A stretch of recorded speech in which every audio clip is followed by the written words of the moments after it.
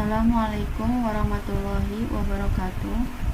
Perkenalkan, nama saya Lia Misliah dari jurusan Tadris Matematika IAIN Syekh Nurjati Cirebon. Di sini saya akan menjelaskan sedikit tentang trigonometri. Apa sih itu trigonometri?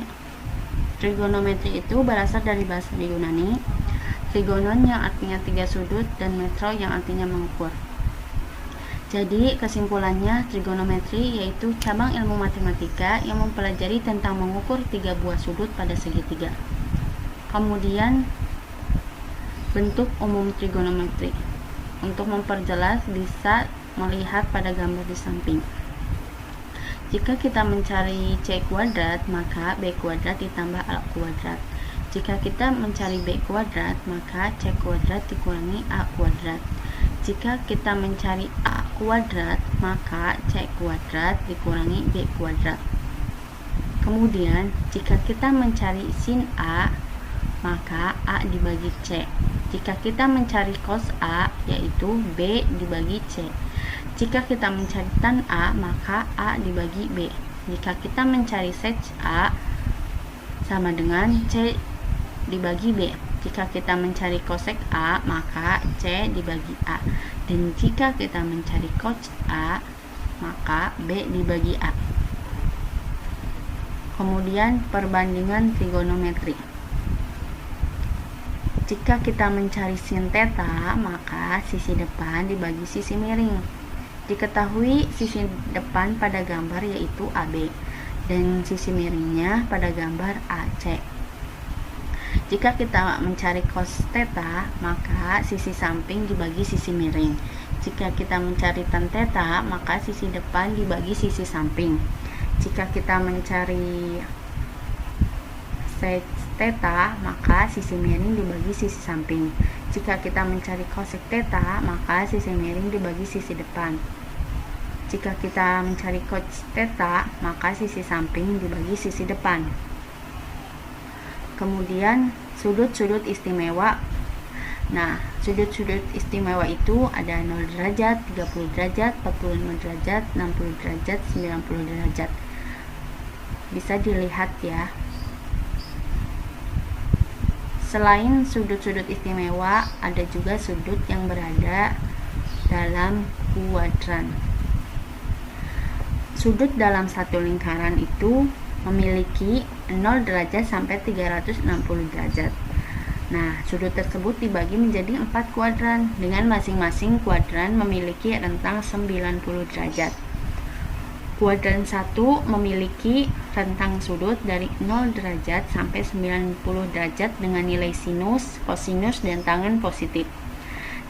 Kuadran 2 itu memiliki rentang sudut dari 90 derajat sampai 180 derajat dengan nilai kosinus dan tangen negatif dan sinus positif. Kuadran 3 memiliki rentang sudut dari 180 derajat sampai 270 derajat dengan nilai sinus dan kosinus negatif, tangen positif. Kemudian di kuadran 4 memiliki rentang sudut dari 270 sampai 360 dengan nilai sinus dan tangen negatif dan kosinus positif. Bisa lihat pada gambar juga ya. Kemudian identitas trigonometri. Identitas trigonometri adalah kesamaan yang memuat perbandingan trigonometri dari suatu sudut. Sebuah identitas trigonometri dapat ditunjukkan kebenarannya dengan 3 cara. Yang pertama, menyederhanakan ruas kiri menggunakan identitas sebelumnya sampai menjadi bentuk yang sama dengan ruas kanan.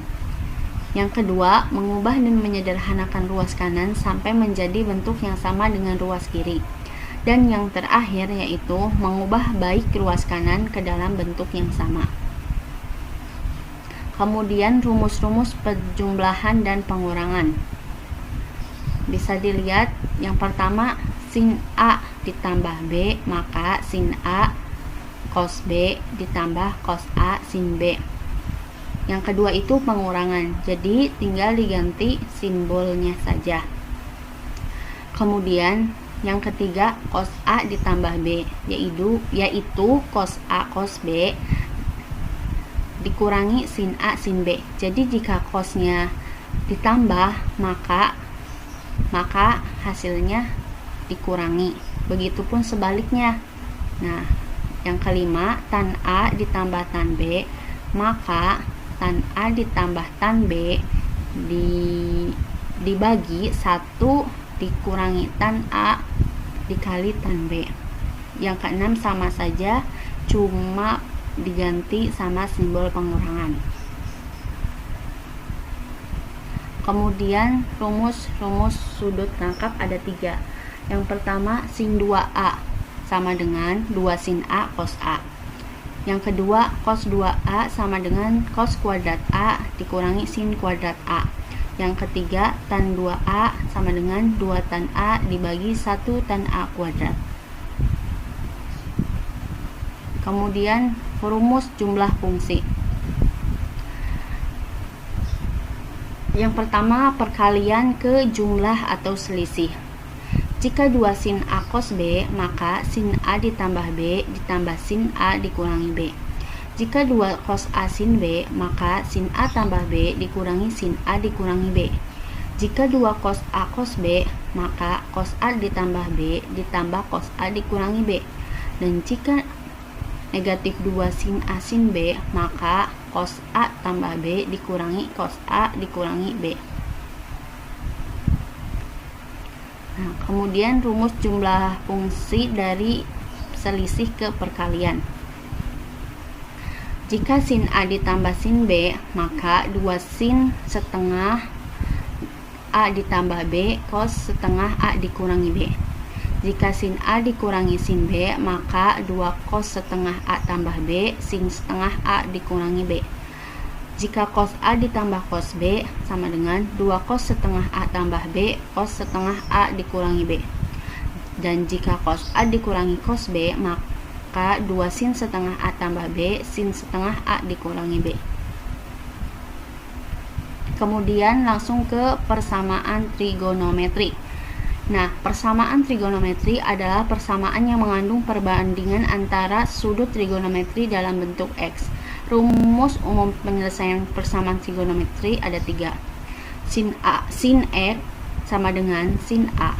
Maka X1 itu A ditambah K dikali 360 derajat. Dan X2 sama dengan 180 derajat dikurangi A ditambah K dikali 360 derajat. Rumus yang kedua, cos X sama dengan cos A, maka X1 X2 sama dengan negatif positif A ditambah K dikali 360 derajat. Dan yang ketiga, tan X sama dengan tan A, maka X sama dengan A ditambah K dikali 180 derajat. Nah, ini persamaan umum trigonometri.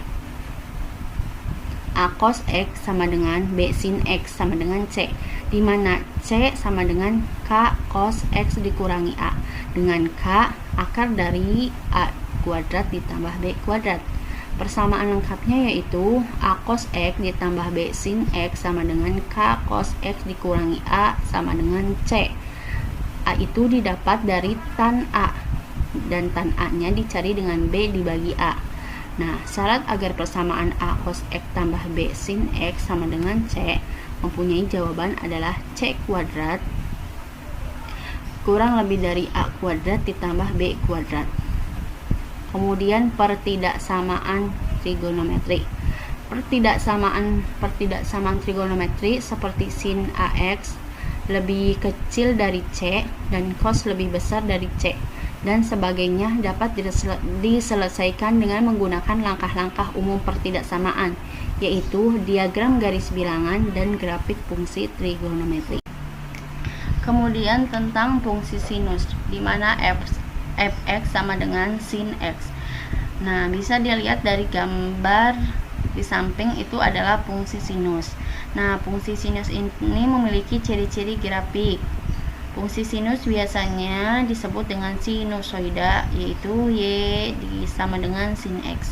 Mempunyai 3 ciri. Yang pertama, mempunyai nilai maksimum 1 dan minimum 1. Kemudian mempunyai amplitudo yaitu 1 dan memiliki periode sebesar 2π. Dan yang ketiga, periodisitas fungsi. Sin X ditambah K dikali 2V sama dengan sin X, di mana K adalah anggota bilangan bulat. Kemudian fungsi kosinus, di mana fx sama dengan cos x. Bisa dilihat gambar di samping.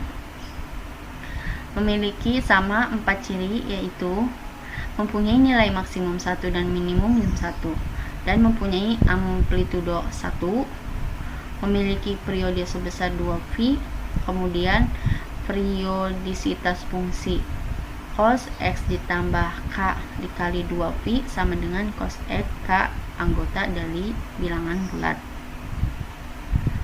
Kemudian fungsi tangen, di mana fx sama dengan tan x. Bisa dilihat dari gambar di samping. Nah, ciri-ciri grafik fungsi tangen ini yaitu nilai maksimum sama dengan positif tak terhingga, dan nilai minimumnya min tak terhingga. Kemudian mempunyai periode sebesar V.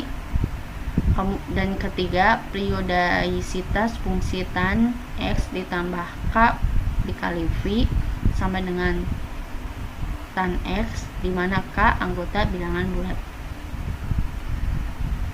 Sekian materi trigonometri dari saya, semoga bermanfaat. Mohon maaf jika banyak kesalahan.